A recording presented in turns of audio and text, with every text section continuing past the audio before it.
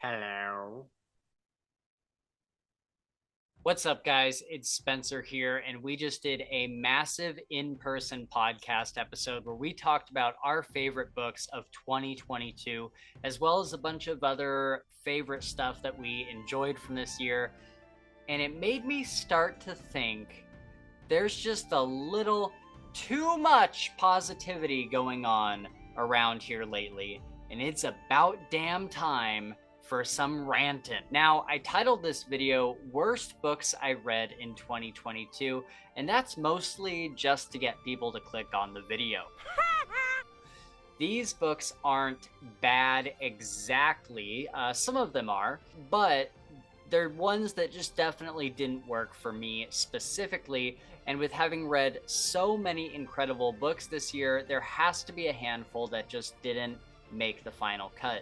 So I'm sorry if I hurt anyone's feelings. It's certainly not my intention, but these are the worst books I read in 2022.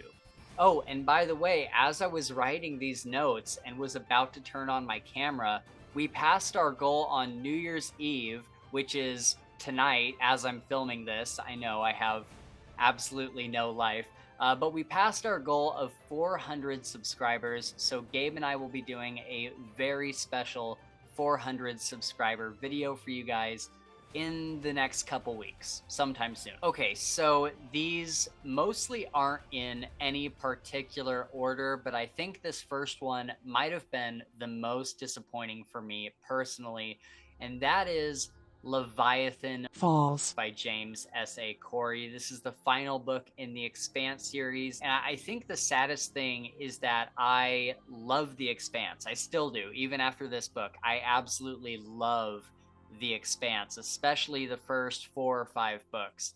But I absolutely hated this ending. I hated it. I went on a big rant. I'll link it up above in the annotations, but oh man, this ending was so sad for me. I was on board all the way to the end, and I'm certainly in the minority of people who didn't enjoy this book. But I think most of all, like it's not like badly written. Beside, well, no, the ending chapters are badly written in my opinion. But overall, I think this just wasn't how I wanted it to end or how I expected it to end. I feel like there was a lot of stuff that was kind of like building up, and things that were kind of alluded to, things that were promised that we just didn't get to see at all at the end. And it really left me with quite a sour taste in my mouth. On top of that, even just like some of the basic like plots of the story were left very unclear at the end. At the end, it's like, wait, so what happens to this character? What happens to that character? Like, and it just doesn't get explained. And like, quite honestly, I'm really surprised that they ended it in this way because it's such a beloved series.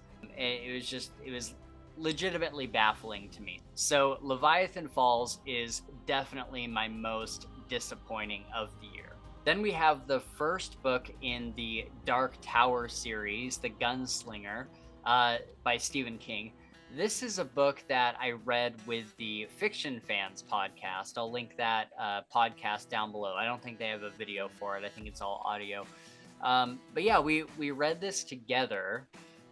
Gabe hated it so much that he just didn't even want to do the podcast. I mean, I think he was busy that night for the podcast, but he hated the book. He's like, I don't even know what I would say on the podcast because he just couldn't retain any of it, and I can't blame him. Like, I don't remember a lot that happened either. Like, I honestly don't know where to start just because I can't remember half the things that happened in this book. It was a lot of just a slog.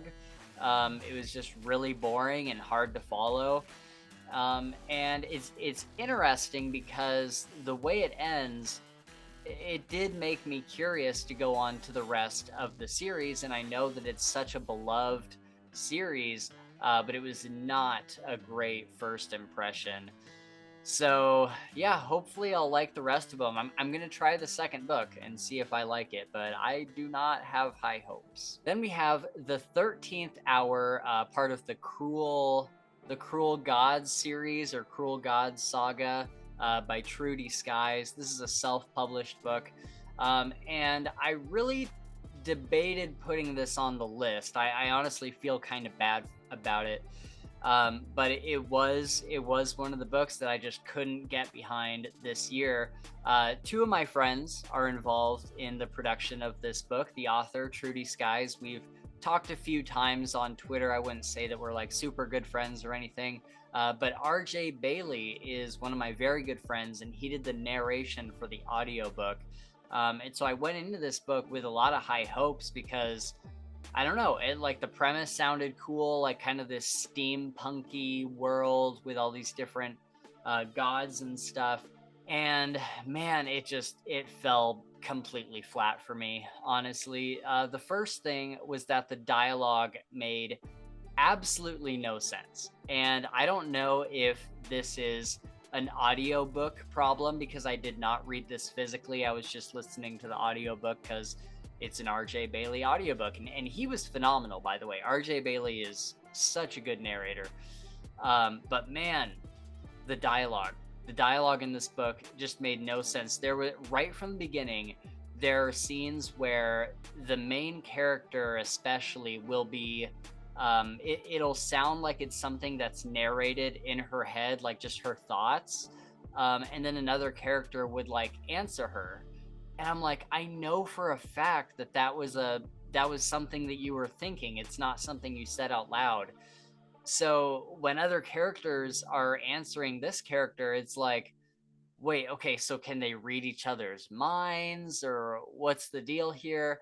And it's made really unclear. There's this character that's with the main character from the beginning that is kind of going along with her. And it's like, it just didn't do a good job of explaining whether that character was like actually there or if this is a character that's like in her head, because within the same scenes sometimes it would seem like the main character was alone, sometimes it would seem like she was with another person.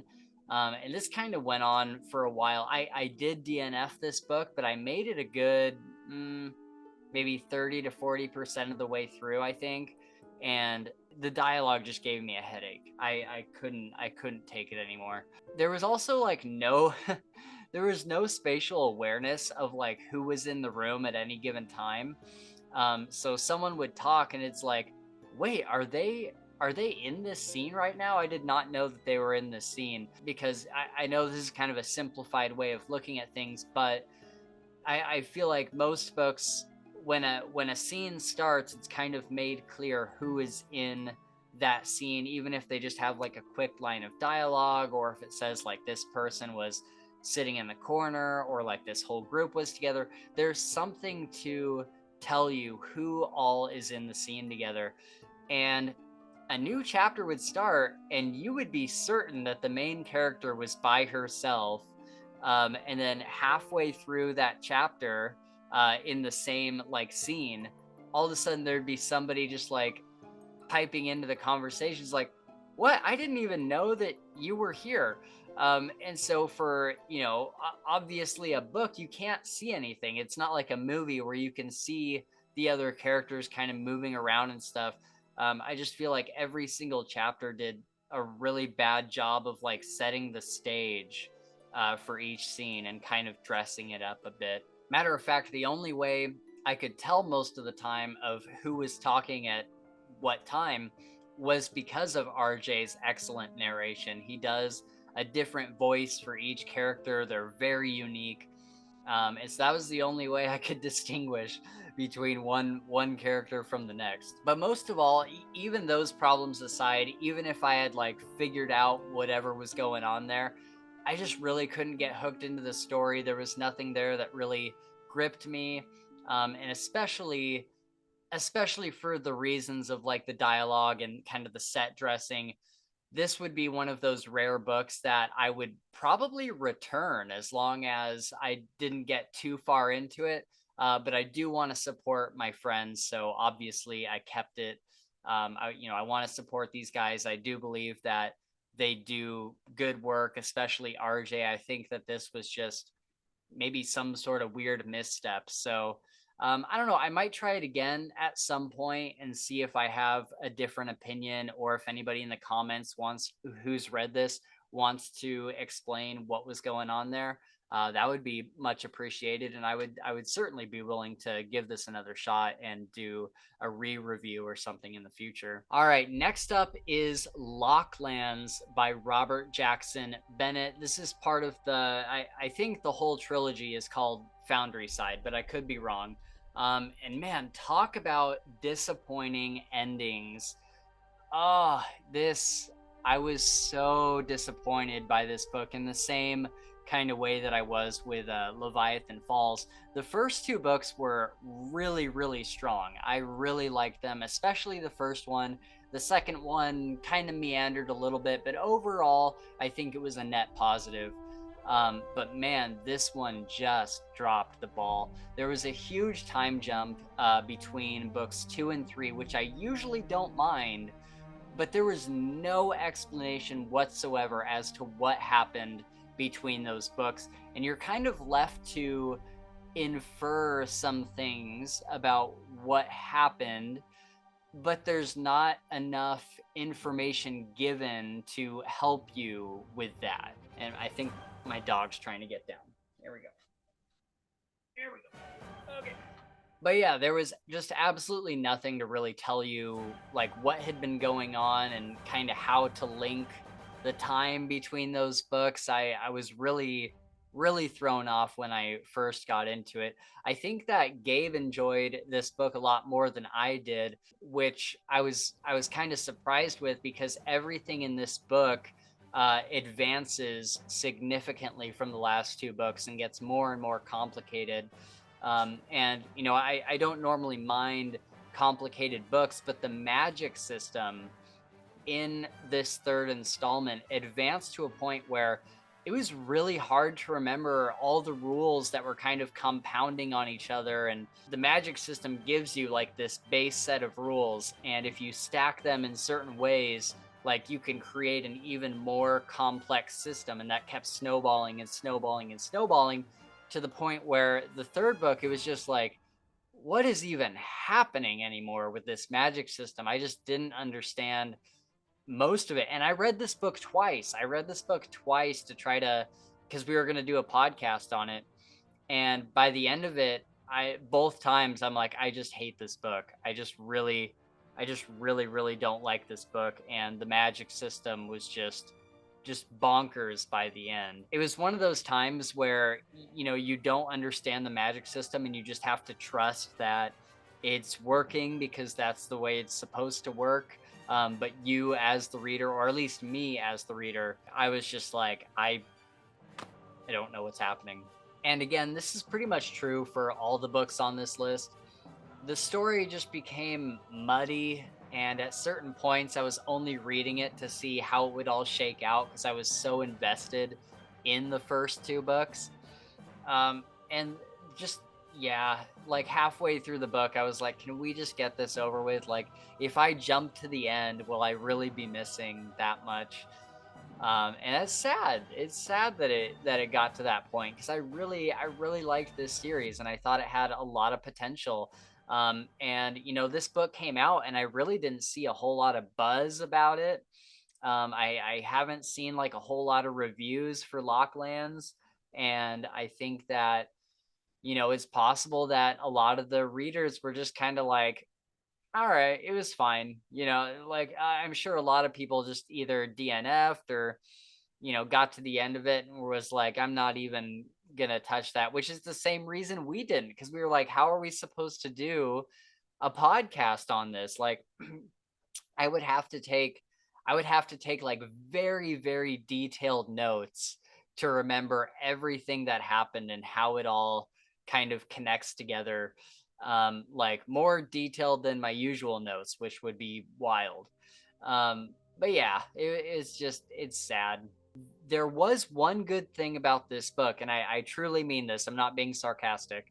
The one good thing about this book was the epilogue, which was absolutely incredible. I think it actually made me tear up a little bit, if I remember. I was extremely captivated and enchanted by the epilogue because it shows, even though the magic system is all over the place, it shows like where they get to with that magic system, and it's like god levels of power, and it's just, oh my god, it was so good. But it doesn't make up for the rest of the book. That perfect epilogue does not make up for 99% of a shitty book. I am still going to go on and read the rest of Robert Jackson Bennett's books because, like I said, I really liked the first two. This is the only one that didn't really work for me. I read the first two, and I read The Troop, which made it onto my, like top tier honorable mentions this year in our 2022 wrap up video. And I really liked all of them. So I'm gonna go on to City of Stairs. I think that's the other one. He's got something nowhere. I forget the name of it, but he's got a couple other books that I really want to check out. So then we have Beyond Redemption by Michael R. Fletcher. This is another one that I debated putting on the list because I DNF'd it pretty early. I really didn't read that much of it, but my God, I hated it. I hated it. I hated it. I love grimdark. It's my favorite subgenre by far, and I love unredeemable, shitty characters that you kind of are rooting for, but you hate that you're rooting for, and it teaches you a lot about yourself and how you view the world, and just kind of like this cynical look at fantasy and cynical look just at the world. I absolutely eat that up. But your characters in that world still have to be cool. They still have to be interesting. They have to be like, something like Night Angel, where half the characters in that book are terrible people, and you're like, I can't in good conscience root for you because you're doing these terrible, stupid things, but the characters are still so cool that you need to find out what happens with them. And they're so likable in a way where you hate yourself for liking them. But these characters were not that. I just did not care about any of these characters. I can't even remember most of them. I remember there's like this trio at the beginning that's kind of like this mercenary band, but they all hate each other and they're all trying to like screw each other over, which is fine. But there's just no it makes it so that there's no like connection between the three of them. You're like, I don't want to read about you guys hanging out because it's just not fun to. And so it made it tough. And the story, the story and the magic in particular did not make much sense to me. Like I don't know what a delusion is. Like I know what the word means, but in the context of this book, there was no explaining what this magic was. There's one character, and again, I can't remember a whole lot about him, but he has these delusions, and it's kept saying like he kept seeing or talking to his delusions, and they were like part of himself. And it's like, but what are they? Like what do they do? What do you use these delusions for? Like, do they serve any real purpose? Like, how do you summon them? Like it just doesn't explain it. And maybe it explains it later on. Like I said, I got about 15 to 20% of the way in, and it just wasn't making any sense to me. And I hated the story. I hated the story, and I just hated just everything about it. And I'm really sorry to say that. Like, I didn't mean to go on like a rant there, but this is one of the books where I'm like, no, I probably wouldn't give it a second try, just because as pretty much as soon as I started reading it, I was like, oh, this isn't for me. It's just not.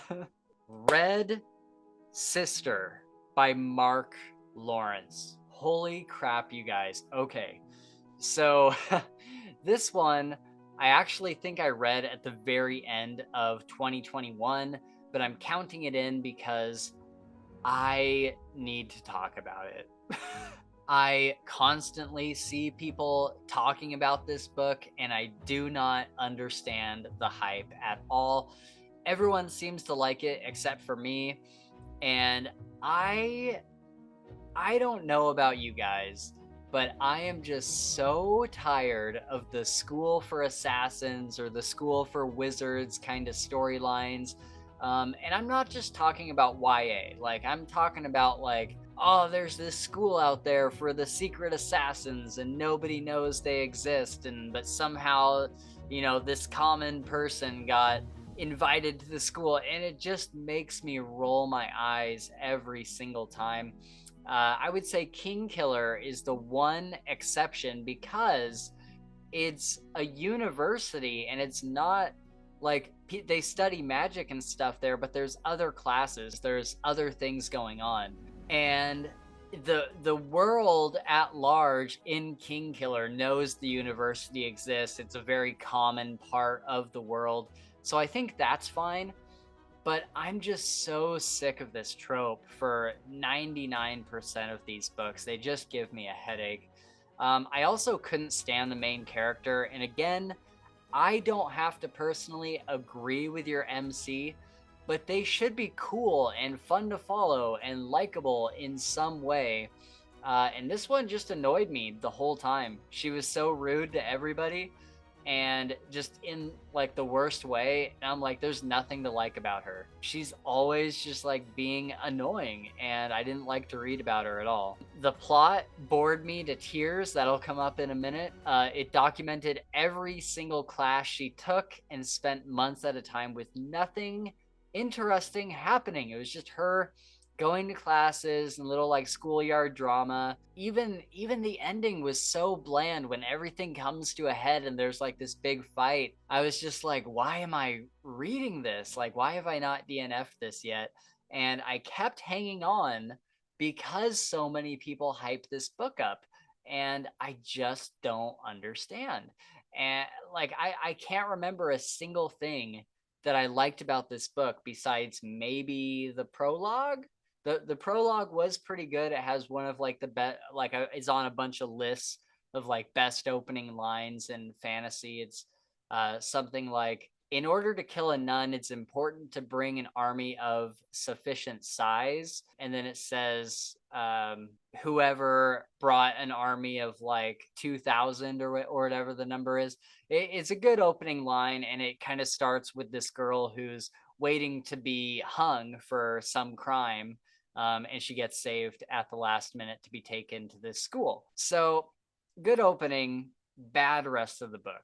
Mark Lawrence actually blocked me on Twitter because of my take on this book, which kind of soured me to his books after the fact. Honestly, I never really like it when an author kind of snaps back at their fans. I think that as an author, you're going to get some people who love your books and some people who don't. And I think that that's just a fact of life. And so, and like, I would have loved to talk to him and been like, and like ask some questions and like tried to figure out, some of the things that I wasn't super happy with this book. But yeah, he just blocked me. I thought it was kind of funny, honestly. But for months, I was trying to figure out why he would block me. I'm nobody to him. He doesn't know me. And then I remembered, actually a couple months ago, that I made one comment in a conversation on Twitter that he wasn't even tagged in. So I don't know how he saw it. But all I said was that this book bored me to tears. That's it. I didn't go on a rant or nothing. Somebody had mentioned the book, and I was just like, oh, that book bored me to tears. And then he blocked me. So honestly, I probably won't be continuing with any of his other books. There hasn't really been any of his other books that have really sparked my interest. I've heard mixed things about the Prince of Thorns books. I know that it's one of Holly Tinsley's favorite series, so maybe if we do like an author's choice episode with her or something, we'll read it. But yeah, I've heard mixed things on that. And the audiobook, I've listened to the sample, and it's absolutely atrocious. They need to get a new narrator for those books, which means that I would have to read it physically. And honestly, it's just not worth the effort. My physical reading time is reserved for the very, very best books that just don't that happen to not have audiobooks, which is why I make anything Thomas Howard Riley does an absolute priority, even though it takes me forever. Or if there's like an arc that I really want to read before it gets an audiobook, I'll physically read that. So now, if you guys say, if you're like, if you guys comment below and you're like, hey, the first book was kind of lame, but it gets much better, let me know, because I would love to like figure out what everybody loves about this trilogy. But if you think that, I read the first book and it wasn't for me, then the other two aren't going to be for me, then let me know that down below as well. Okay, here's the big one. This is The Land, part of the Chaos Seeds series, I think, or Chaos Seeds Saga or something like that. The Land, books 1 and 2. And I couldn't believe that I read these this year. It feels like so long ago.